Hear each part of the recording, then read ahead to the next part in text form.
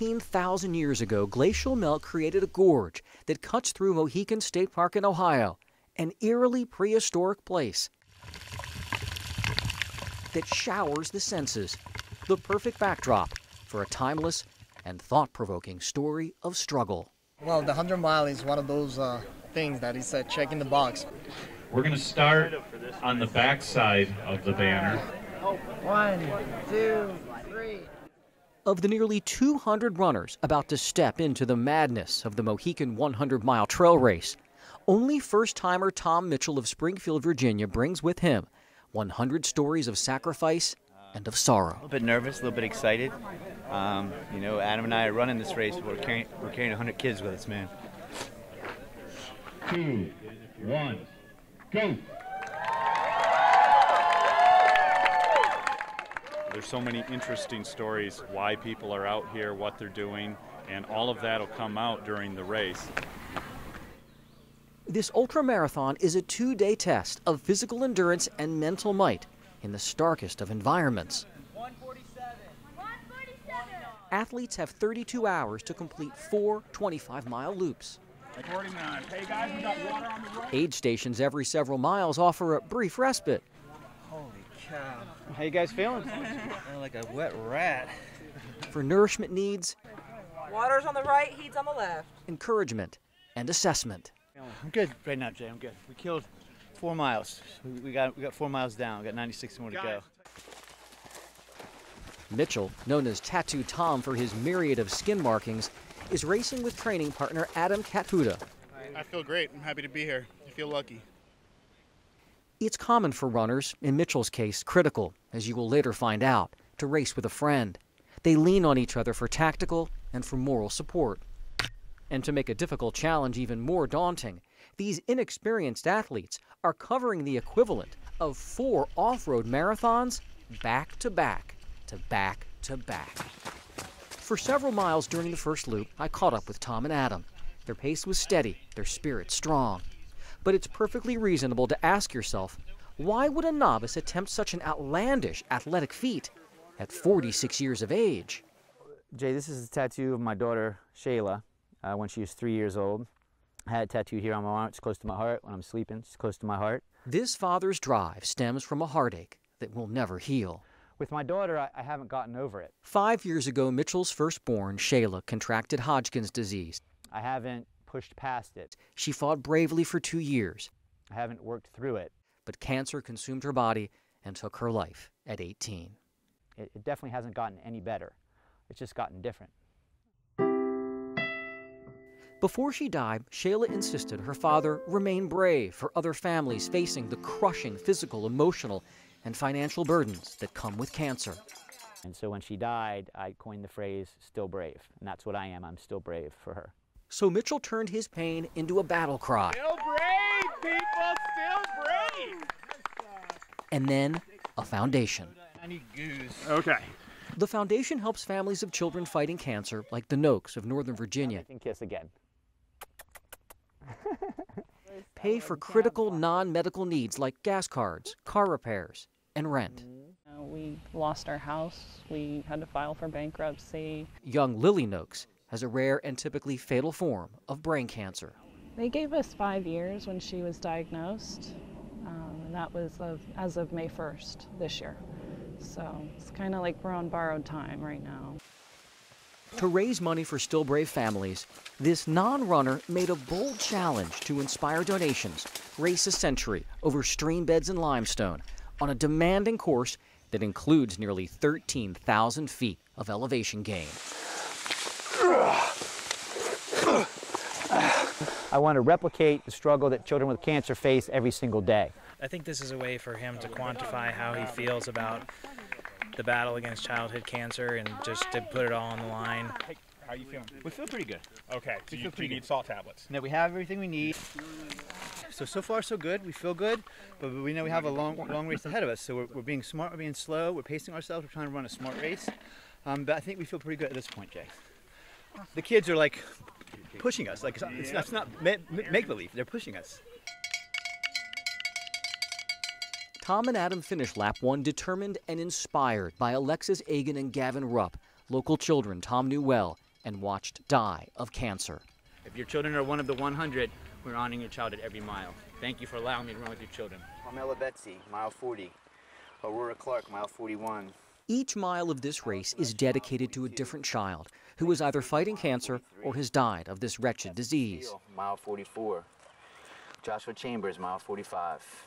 Mark Salvador. Each laminated picture stowed in Mitchell's pack. Brandon Peterson, mile 47. Rachel Sanderson, mile 48. Hunter Dodson, mile 49.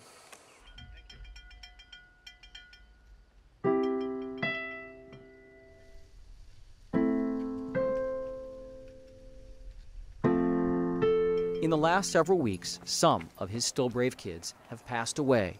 3-year-old Deja Thompson and 18-year-old Carly Tomlinson. In case you were wondering, Lily Noakes is mile 89, Tom's daughter Shayla, mile 100. Those kids are going to be carrying him, so, you know, if you can't run, then you crawl. So, he'll get it done. I have to keep ringing this bell when the runners come through. The terrain here is so challenging that only about half the runners who started will finish. They're already starting to come through looking like they got a little bit of fog in their eyes, some of them, you know, so yeah, I can't imagine. I can't imagine. You got to pull it up from somewhere. Go ahead. Runners! 82! 484! 484! Adam and Tom are coming. Understandably, they begin to show signs of strain at the 50-mile mark. As it starts to burn, as it starts to get bad, we just keep telling ourselves, you know, we're touching lives, man. We're not just running 100 miles. We're touching a minimum of 100 lives. How many people get to do that, you know? It's not even about 100 kids, really. It's about all the kids that are suffering with childhood cancer. I mean, it hurts right now to run like this, but, I mean, these kids go through worse every single day. These aren't nameless faces. Mitchell personally knows, visits, and loves many of these children. Gabriella Miller, the Loudoun County 10-year-old who made national headlines by raising awareness for pediatric disease research, is mile 99. And I went to visit her for the last time, and I sat down, I held her hand, and I whispered in her ear, and I said, I promise you I'm going to run this race for you. This picture of Tom caressing Gabriella's hand was taken only hours before she passed away last fall. To give back to a man who gave them so much of his heart. And we've got 5-hour energy drinks for you. Okay, I'm going to take one of those right now, I think. Ellen and Mark Miller, Gabriella's parents, Did you see him somewhere in the range? are among those crewing for Stillbrave, making sure Tom and Adam's needs are taken care of. Today's been an emotional up and down swing. Just what Tom is doing is unbelievable and amazing, but he's doing it because our daughter's dead. That feels good, though. Mitchell would need all the help he could muster on lap 3. His breaking point.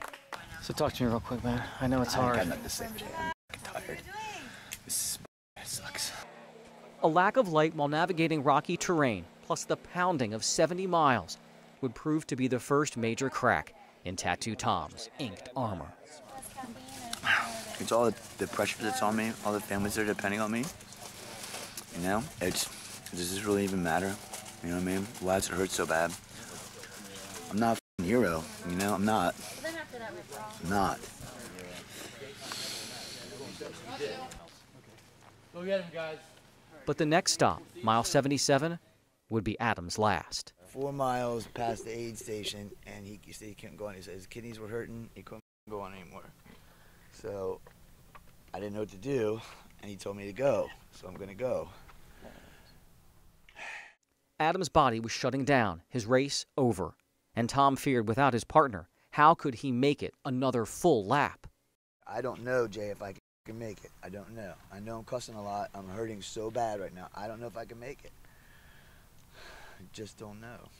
So you're going to take a look at these while you're going? His crew captain then urged Tom on, and that's when it happened. How many 100-mile races have you run? I haven't run any. Please stop saying you know I got it. You don't know I got it. Please stop saying that. When profound fatigue sets in, your inner demons surface. This is not unusual in ultras, especially your first. The pressure, the doubts, and a body breaking down. Maybe I don't got it. You ever think of that? You know, I gave it what I had. I showed up. Right now, I'm just hoping that I don't compromise the rest of Tom's run. So. But Tom would not be alone, as we would soon find out.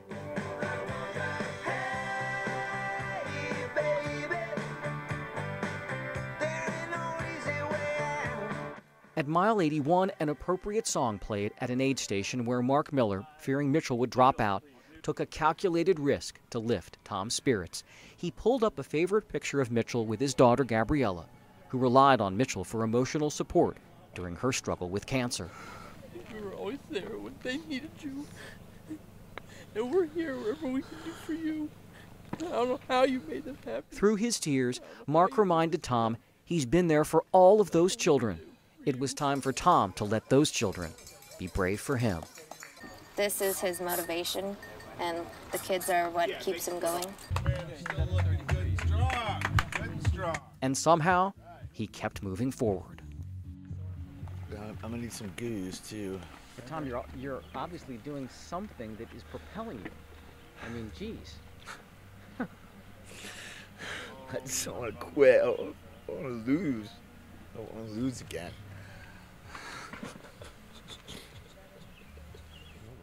But his immediate problem, time. QSL, I got 54, 20. On the last lap, there are aid station cutoff times. And 20 and 54 came through at 0800. Come late, and your race is over.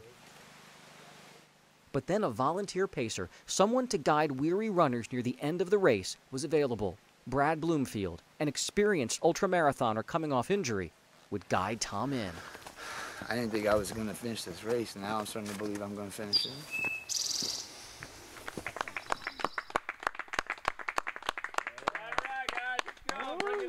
Welcome back to Hickory Ridge. Well, it got a little dark and a little lonely when Adam dropped out. So I was reaching out and I was calling out to all the kids that I knew or know, and stuff started happening.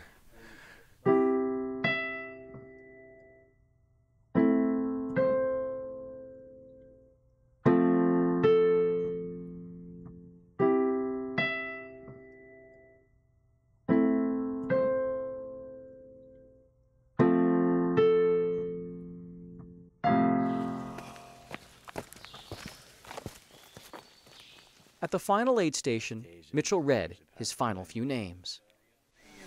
It's Connor White. Connor passed away.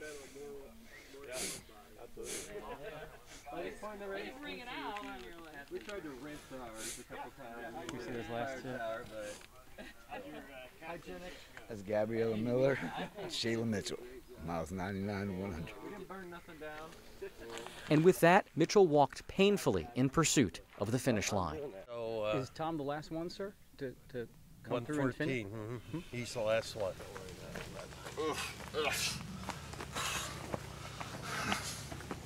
The aid stations are now officially closed. Mitchell is the only racer left on the course.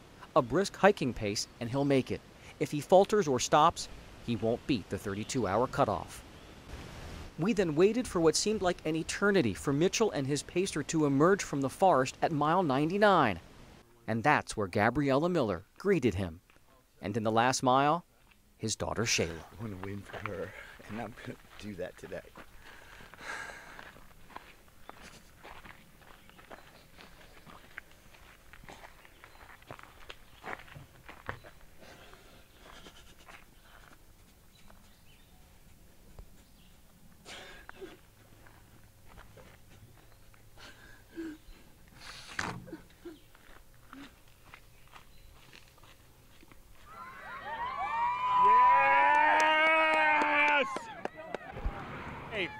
Stillbrave! Yes! Tattoo Tom Mitchell, with his daughter's picture clutched in his hand, crossed the finish line with 30 minutes to spare.